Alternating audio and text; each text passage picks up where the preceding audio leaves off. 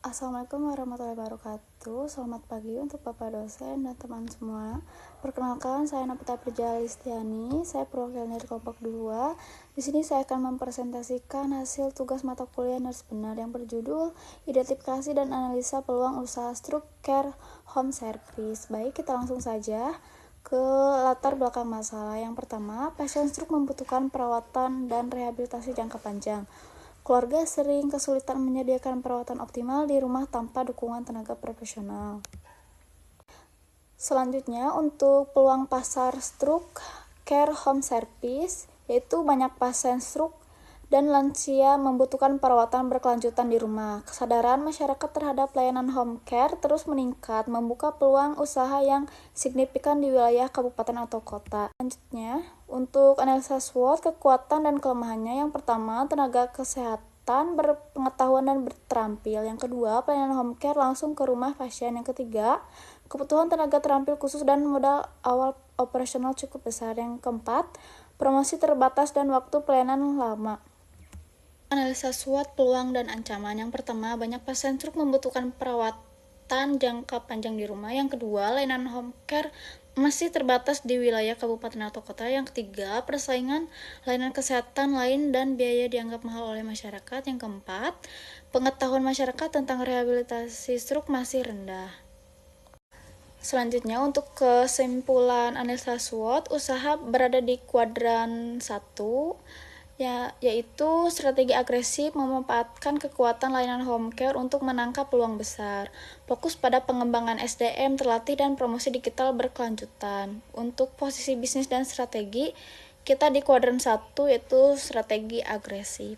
Selanjutnya, untuk bisnis model kanvas mitra dan aktivitas kunci, yaitu rumah sakit, puskesmas, dan fisioterapi apotek. Untuk kayak aktivitas yaitu pelayanan home care dan latihan. Untuk rehabilitas, edukasi keluarga, promosi digital, dan pemasaran. Segmen dan hubungan pelanggan yaitu pasien pasca stroke dan lansia, keluarga yang sibuk bekerja, masyarakat peduli kesehatan. Untuk hubungannya, pendampingan rutin, konsultasi online, gratis, edukasi interaktif, dan monitoring berkala. Baik, untuk selanjutnya, bahan baku dan peralatan kesehatan. Yang pertama, bahan medis seperti handskun, masker, kasa, dan alkohol swab. Yang kedua, alat vital seperti tensimeter dan termometer digital. Yang ketiga, alat terapi seperti resisten band dan bola terapi. Yang keempat, alat pendukung kolaborasi.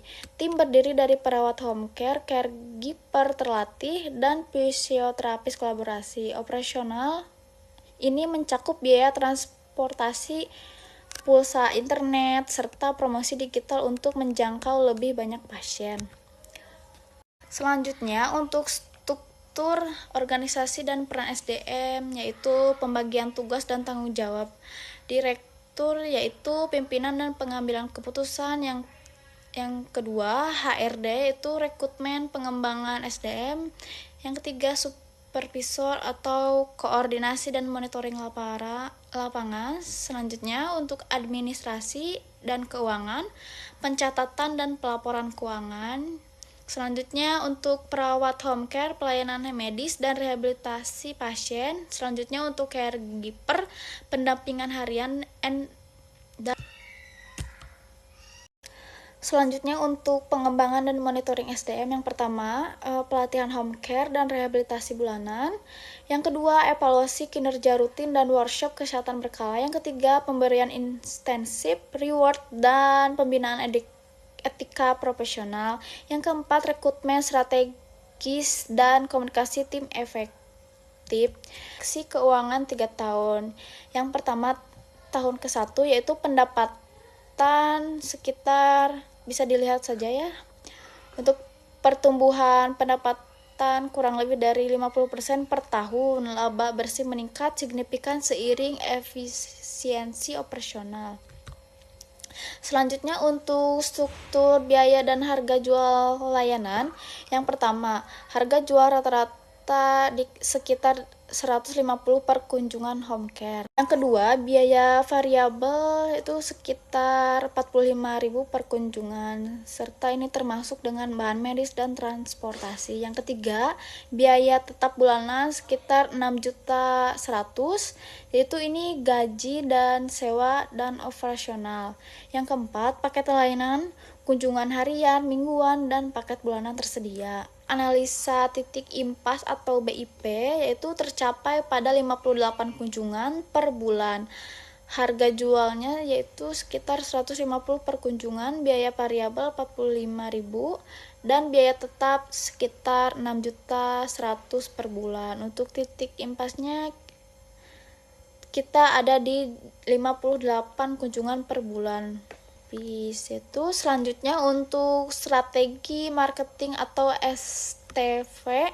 Yang pertama ada segmentasi demografis, yaitu lansia dan pasien pasca stroke semua kalangan.